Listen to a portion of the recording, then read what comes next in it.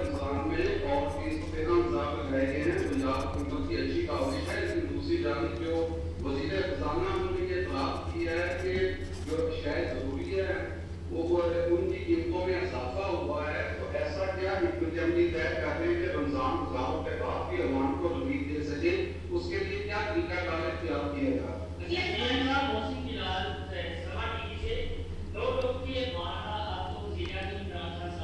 آپ پر اعتماد کا اظہار کیا، یہ کہا ہے کہ جب تک میں 5 سال تک روزگار کی وزیر اعلیٰ پنجاب رہیں گے. ہم نے یہ دیکھا کہ ہر ایک ماہ بعد آج کی تبدیلی کی بات پھر سنائی دیتی ہے، اس میں جو آپ کی اتحادی جماعت ہے کافی وہ بھی تھوڑا سا پروپیگنڈا کرتی ہے، اپوزیشن بھی پروپیگنڈا کرتی ہے، لیکن کچھ آپ کی کابینہ کے ممبران بھی ایسے ہیں کہ جن کو آپ کا اچھا کام بھی ایک کام نہیں پاتا اور وہ شکایتیں لے کر کے وزیر اعظم کے پاس جاتے ہیں. تو یہ بتائیے گا آپ نے 5 سال تو رہنا ہے، تو آپ اپنی اسی ٹیم کے ساتھ کنٹینیو کریں گے یا آپ اپنی کچھ ان روزگار کی ٹیم کو چینج کریں گے جن کی کارکردگی بھی نظر نہیں آتی اور سارا ملبہ ان کی نائبی کا جو ہے وہ آپ کو پورا کرتا ہے؟ تو سوال کا جواب کافی دیجیے گا کہ کیا اسی ٹیم کے ساتھ کنٹینیو کریں گے کابینہ کی یا کچھ تبدیلیاں آنے والے دنوں میں کرنی ہے؟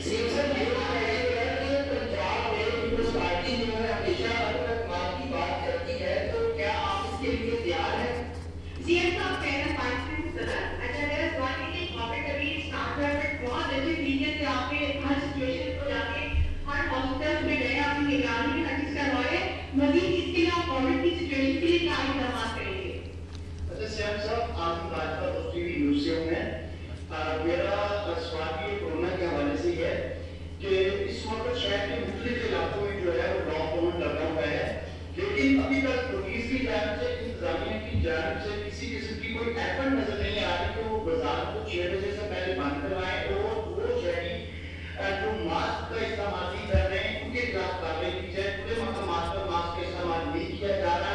سیکنڈلی جو تاجر براتی ہے، سب سے پہلی بات تو یہ ہے کہ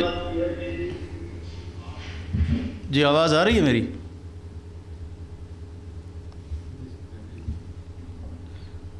میری آواز آ رہی ہے آپ لوگوں کو؟ جی ٹھیک ہے. جی سب سے پہلے جو کرونا کی بات آپ نے کی ہے، آپ کو پتہ ہے کہ ابھی اس کی تیسری لہر ہے اور انفیکٹیوٹی ریٹ بہت زیادہ ہائی ہو گیا ہے اور اس کے لیے ہمیں بہت زیادہ احتیاط کی ضرورت ہے. اور اس کے لیے جو NCOC سے اور جو ہم یہاں کابینٹ کمیٹی روزانہ بیٹھتی ہے اور اس میں جو SOPs ایشو کرتے ہیں وہ عوام کے مفاد کے لیے ہوتے ہیں. میرے خیال میں ماسک پہننا سب سے زیادہ ضروری ہے اور پھر اس کے بعد جو ٹائمنگ ہیں، جو گیدرنگ ہیں، جو ہماری سکولز ہیں، جو جس طرح سے ہم نے جتنے ایکشن کیے ہیں وہ عوام کے مفاد کی خاطر ہم نے کی ہیں تاکہ اس کا کم سے کم اس سے لوگ افیکٹ ہوں.